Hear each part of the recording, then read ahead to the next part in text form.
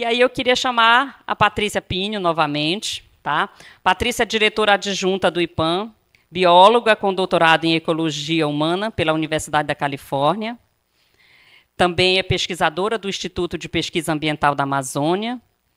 Pesquisa as percepções locais das alterações dos serviços ecossistêmicos, biodiversidade e bem-estar humano no contexto de exposição e vulnerabilidade dos riscos das mudanças climáticas. Ai, meu Deus, que responsabilidade, né? Vá lá para o nosso palco. E as fotos, eu não trouxe muitos slides, então é só para realmente fazer uma conversa com vocês, né? Porque a Silene, não sei, acho que não comentou, eu também sou autora, líder do painel intergovernamental para as mudanças climáticas, o IPCC. E o que o IPCC faz? Ele traz o que há de mais novo e de concordância científica sobre o estado atual do planeta, do sistema climático global, né? E também tem as consequências, né? Os impactos, os desdobramentos desse desequilíbrio global para as pessoas, para as economias, para a política, para a infraestrutura. E é nesse contexto que eu trabalho e atuo. Quando eu pensei, né, desse Proteja Talks, o que uma cientista vem fazer aqui? Falar o quê, né, de inspiração? E aí, refletindo muito, eu acho que é porque eu me importo. Né? Eu me importo com o que acontece na floresta, o que acontece aqui na região, nos 9 estados da Amazônia brasileira, nos outros países também que dividem aí a nossa fronteira. Porque não só com a floresta, com os rios, com o céu, com as espécies que aqui habitam, mas com a experiência humana, que é muito pouco falado, é quase nada. A floresta ainda hoje é percebida como um lugar de biodiversidade, um lugar que tem a regulação climática, que né, serve de serviços ecossistêmicos para o mundo. Né? Então, nas reuniões globais, quando a gente está tentando pensar qual é o caminho possível para esse futuro, a Amazônia está sempre lá. Ela é um destaque, ela é uma tábua de salvação e uma esperança realmente para o mundo, para que a gente possa ter um futuro aí, apesar de desafiador, porque a gente já está além de 1,5 graus, que foi o limite, né? Que foi estabelecido no Acordo de Paris. Mas aí a gente olha, então, mas o que está acontecendo com a Amazônia? Né? Então, a Amazônia, a gente sabe que hoje, no ponto de vista, né, ecológico, a gente já está chegando de um ponto de não retorno em algumas regiões, em algumas partes desse ecossistema. O que é o ponto de não retorno? Né? É uma transição ecológica aí dos processos que, uma vez a Amazônia, como uma floresta úmida, já não está desempenhando. Né? Quando a gente pensa em mudança climática, o próprio IPCC lista a Amazônia como a primeira das 5 razões por que se preocupar com a mudança climática. Porque ela é extremamente sensível e vulnerável ao aumento expressivo das emissões de gases de estufa global e ao aumento de temperatura. Isso é dramático. De novo, a gente tem uma visão, né, etnocêntrica, uma visão utilitarista da floresta, mas quase nunca se fala do tecido social, econômico e político que aqui habita, milenarmente e atualmente. Então, é sobre isso que eu queria também trazer. Pode passar o slide? Tem um slide.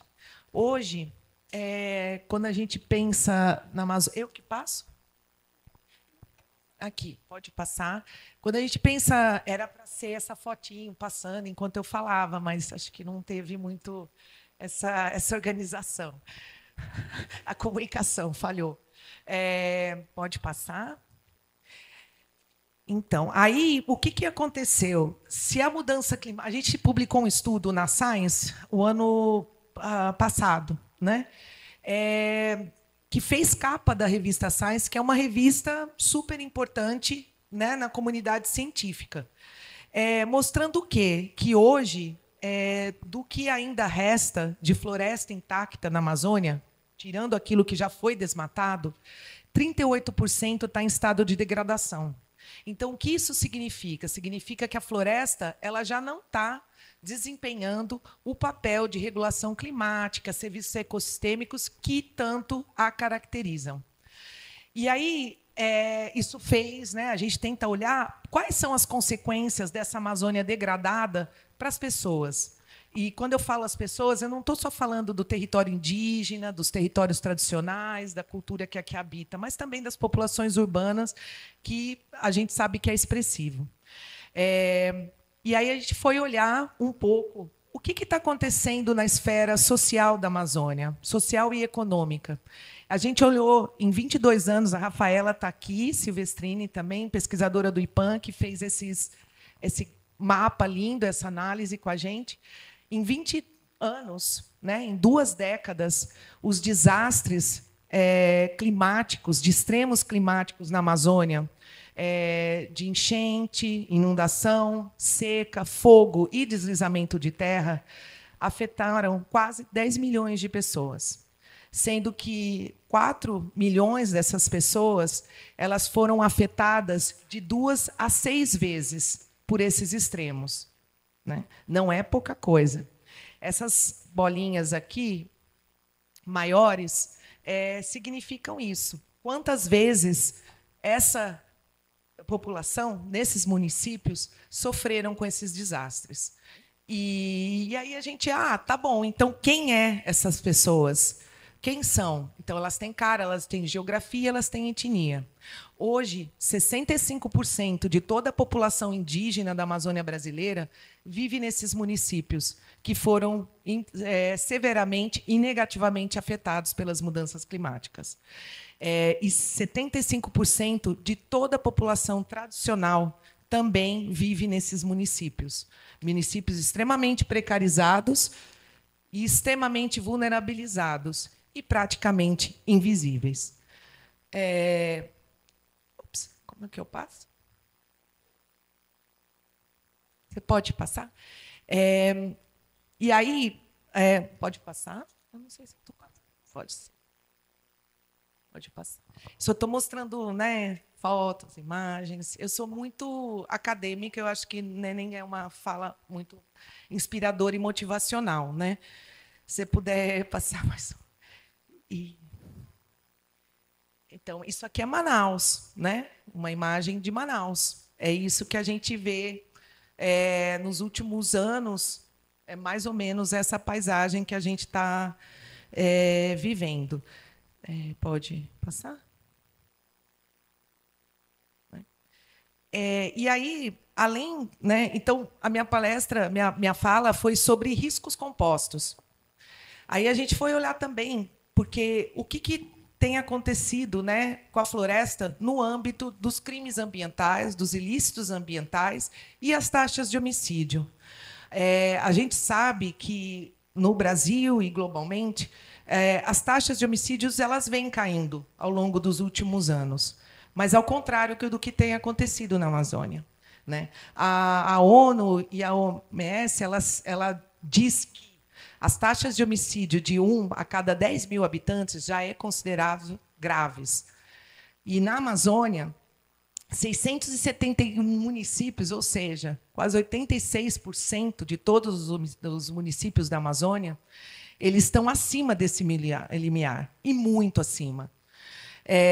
No Brasil, que também é um país violento, né, a gente está falando, né, a gente tem aí 22 mortes por cada 100 mil habitantes, também é além, mas a Amazônia se encontra dentro desse estado. E aqui tem os lugares, né, as taxas que a gente conseguiu calcular, como o vermelho mais escuro, que os resultados da taxa de homicídio de 2020 até 2022 chega a ser mais de 5 vezes a taxa considerada como grave. Então, o que a gente vai fazer com isso? Quando a gente olha, tentou sobrepor, então, esses homicídios, né, com todos os ilícitos ambientais. Então, a gente olhou para o desmatamento, né, pelo DETER. A gente olhou também pela grilagem de terra, sobreposição de cara ilegal em terras públicas, e também o garimpo ilegal do ouro, né? Quando a gente fez essa sobreposição, conseguimos aqui destacar quais são os 100 municípios com as maiores taxas de homicídios e que também estão dentro dos 6 mais fatores de degradação da floresta. Então, a maioria tem os 3 fatores: grilagem de terra, desmatamento ilegal e o garimpo ilegal, né? Então, a gente vê muito que está também, obviamente, concentrados no estado do Pará, mas na Amazônia Central também. Uma outra característica que já foi falada aqui é que todos esses municípios, quando a gente vai olhar, um exemplo é Altamira. Altamira, ela ocupa a 6ª colocação global do Brasil, sendo uma das cidades mais violentas no país. E quando você vai olhar para esses ilícitos ambientais, as taxas de homicídios e o crime organizado, todos esses municípios eles têm presença de facção criminosa do sul e do sudeste do país. Todos. Os mais violentos são aqueles que estão em disputa por essas facções criminosas, que, como já foi trazido aqui, também estão embrincadas e junto com a destruição da floresta. E aí eu acho que apagou o meu slide, e é uma forma da gente também falar. Eu acho que aqui não tem o guarda-chuvinha para tirar, mas acho que eu passei meu tempo. E o que eu queria colocar para vocês é que o que eu apresentei, né, tanto a degradação da floresta, que hoje já não é mais ecologicamente o que a gente tinha há 20, 25, 30 anos atrás.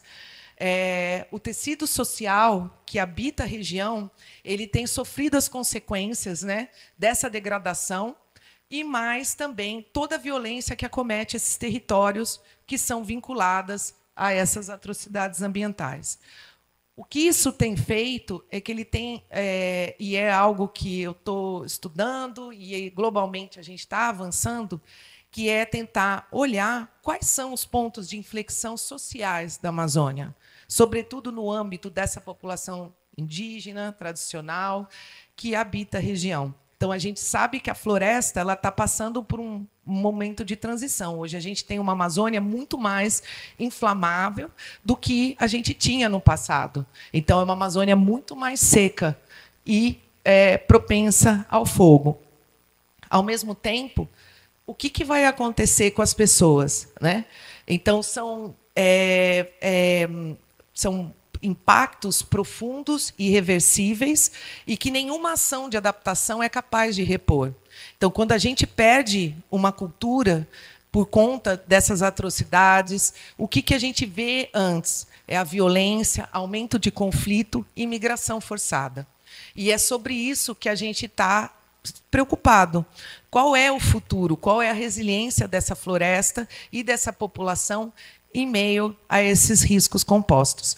Eu vou deixar, não tenho a resposta, a gente tem aqui hoje um debate, e isso foi só para trazer um pouquinho o gosto aí para a gente pensar em como que olhar e estudar os pontos de inflexão sociais também, eles contribuem e ajudam a entender e promover ações de fortalecimento e proteção territorial e também para uma resiliência climática.